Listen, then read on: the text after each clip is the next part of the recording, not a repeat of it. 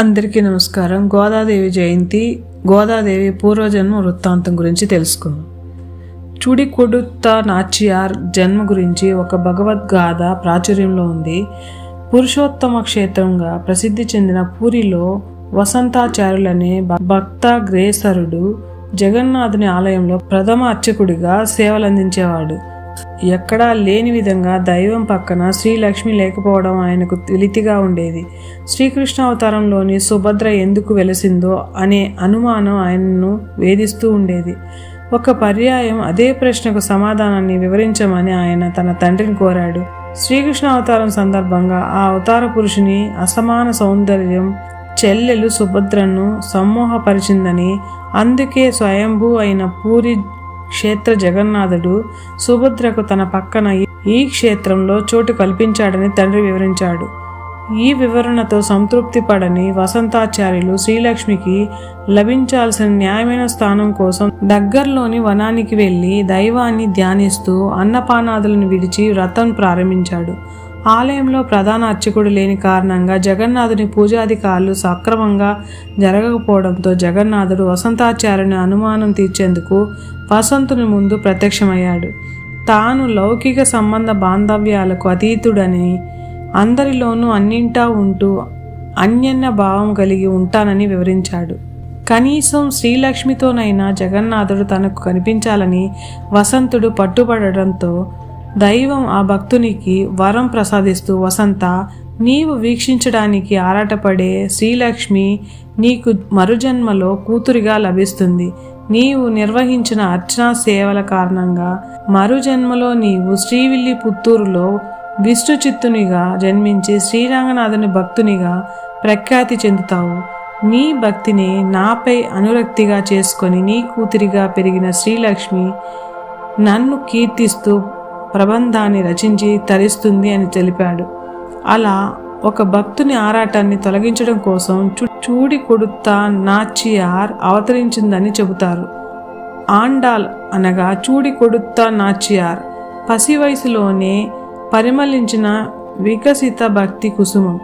తమిళనాడులో శ్రీవిల్లిపుత్తూరులో నిరంతరం వటపత్ర సాయికి మాల కైంకర్యము చేయు శ్రీ విష్ణు చిత్తుడు అనగా పెరియల్లార్ తులసి వనమునకై భూమిని దున్నుచుండగా ఆండాల్ శిశువు భూమిలో కనబడింది. ఆ పసికూనను చూసి పరమ సంతోషంతో విష్ణు చిత్తుడు ఆమెను ఇంటికి తీసుకువెళ్ళి పసిబిడ్డకు గోదాదేవి అని నామకరణం చేసి, గోదా అనగా భూమి, గోదాదేవి అనగా భూమిలో ఉద్భవించినది. ఆ పసిపిల్ల దినదిన ప్రవర్తనమానమగుచు అందరినీ సంతోషపెట్టుచుండెడిది. చిన్నప్పటి నుంచి శ్రీమన్నారాయణుని మీద అమితమైన భక్తిని చూపెడుతూ ఇంకిత జ్ఞానం వచ్చేసరికి శ్రీమన్నారాయణుని తప్ప మనుజులనెవ్వరినీ వరించబోనని తన నిర్ణయం తెలిపినది.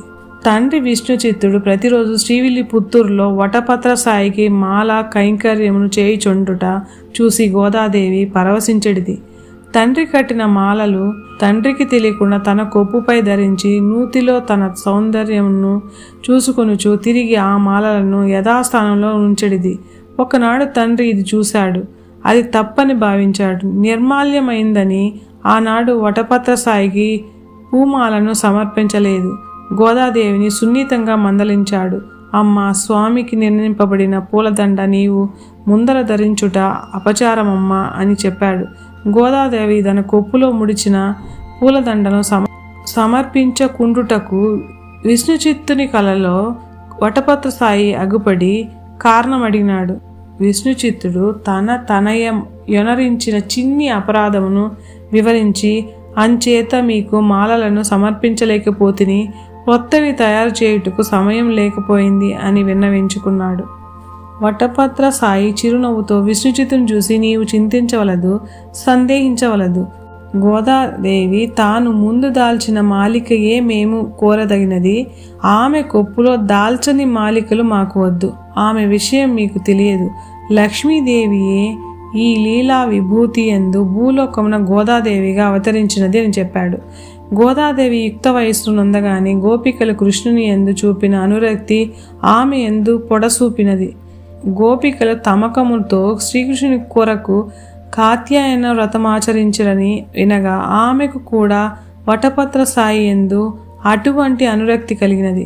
కృష్ణుడున్న మధుర యమునలో జలక్రీడలాడుట ఇవన్నీ మనసులో ఊహించుకొని ధనుర్మాసంలో తోటి బాలికలతో స్నానం చేసి వటపత్ర సాయి దేవాలయంను కృష్ణుని గృహమునుగను తోటి చెల్లులు గోపికలుగను వటపత్ర సాయి శ్రీకృష్ణునిగను తాను ఒక గోపాంగనగా భావించి వటపత్ర సాయికి ధూప దీప నైవేద్యములతో దినమునకొక్క పాసురమును ద్రావిడ భాషలో అనగా తమిళంలో రాసి వటపత్రుని సన్నిధిని పాడుచు చెలులతో కాత్యాయని వ్రతం చేసింది. ఒక రోజున తన తండ్రిని 108 దివ్య తిరుపతలలోని మూర్తుల కళ్యాణ గుణములను చెప్పవలసిందిగా కోరింది. పెరియాళ్ళూర్ చక్కగా వివరించి చెప్పాడు. ఆ వర్ణనను వింటూనే శ్రీరంగమున వేంచేసి ఉన్న శ్రీరంగ నాయకుని మహదైశ్వర్య విభూతి సౌందర్యమునకు ముగ్ధురాలైంది. ఆయనను వివాహమాడాలని తలచింది. గోదాదేవికి శ్రీరంగనాథునికి వివాహం ఎట్లు జరుగుతుందని విష్ణుచిత్తుడు వ్యాకులపడ్డాడు. వటపత్ర సాయికి మొరపెట్టుకున్నాడు. వటపత్ర సాయి, నీ కుమార్తెను శ్రీరంగనాథుని సన్నిధికి తీసుకుని పోము అని ఆదేశించాడు. శ్రీరంగనాథుడు ఆ రోజు రాత్రి విష్ణుచిత్తుని కలలో కనిపించి, నేను నీ పుత్రికను వివాహమాడెదను, సిద్ధంగా నుండుము అని చెప్పాడు. మరుసటి దినమున శ్రీరంగనాథుని ఆజ్ఞ మేరకు ఆయన భక్తులు అర్చకులు మేళతాళములతో విష్ణుచిత్తుని వద్దకు వచ్చి గోదాదేవిని విష్ణుచిత్తుని శ్రీరంగనాథుని కోరికపై పల్లకిలో శ్రీరంగమునకు తీసుకుని వెళ్ళిరి. ఆ దినమున స్వామి ఆజ్ఞ చొప్పున శ్రీరంగనాథుని అర్చా విగ్రహమునకు గోదాదేవినిచ్చి వివాహం చేసిరి. గోదాదేవి స్వామిని సేవించుట అందరూ చూచుచుండగా శ్రీరంగనాథుని గర్భాలయంలోనికి పోయి శ్రీరంగనాథునిలో లీనమైపోయింది. శ్రీరంగనాథుడు విష్ణుచిత్తును చూసి, నీవు దిగులు చెందకు అని ఆయనకు గౌరవ పురస్కారంగా తిరుప్పరి పట్టము, తోమాల, శ్రీ షటకోపము ఇచ్చి ఇతర సత్కారములు నచ్చి పంపాడు.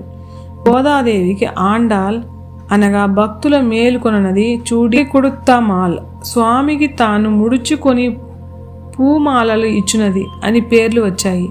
గోదాదేవిని 12 మంది ఆల్వారులలో చేర్చినారు.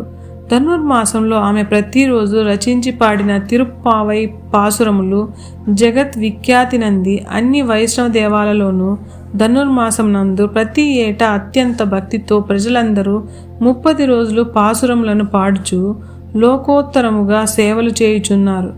ఆమె తిరుప్పవై 30 పాసురములు, నాచియార్ తిరుములి అనగా 143 పాసురములు జగత్ విఖ్యాతమై అందరి చేత సృజించబడుచున్నవి. తిరుప్పావై దివ్య ప్రబంధమే.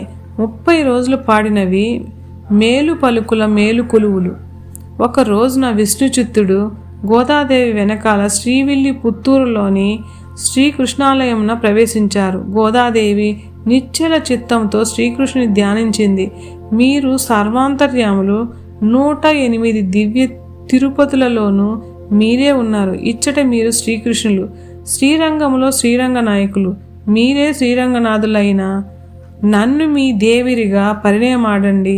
మీకు 100 కప్పుల చక్కెర పొంగలి, 100 కప్పుల వెన్నను సమర్పించుకొందును అని అన్నది. శ్రీరామానుజుల వారు తమ సంచారములో శ్రీవిల్లి పుత్తూరులో శ్రీకృష్ణుని సందర్శించారు. కృష్ణునికి ఈ విధంగా విన్నవించారు. స్వామి, జగత్పిత, మా సోదరి ఆండాల్ అనగా గోదాదేవి తనను శ్రీరంగనాథుడు స్వీకరించిన మీకు 100 కప్పుల చక్కెర పొంగలి, 100 కప్పుల వెన్నను సమర్పించుకొందును అని చెప్పింది. ఆమె మొక్కు తీరకుండా నుండకూడదు. నేను ఇప్పుడు మీకు ఆమె సోదరునిగా ఆమె మొక్కును చెల్లించుచున్నానని 100 కప్పులు కాదు, 100 కుండలు చక్కెర పొంగలిని, 100 కుండలు వెన్నను శ్రీవిల్లి పుత్తూరు వటపత్ర సాయి కృష్ణులకు సమర్పించి అందరి భక్తులకు ఆ ప్రసాదాన్ని పంచిపెట్టారు. ఆ దినము నుండి శ్రీరామానుజులు గోదాగ్రజులుగా ప్రసిద్ధి నొందారు. ఇదండి ఈరోజు తెలుసుకున్న విషయాలు.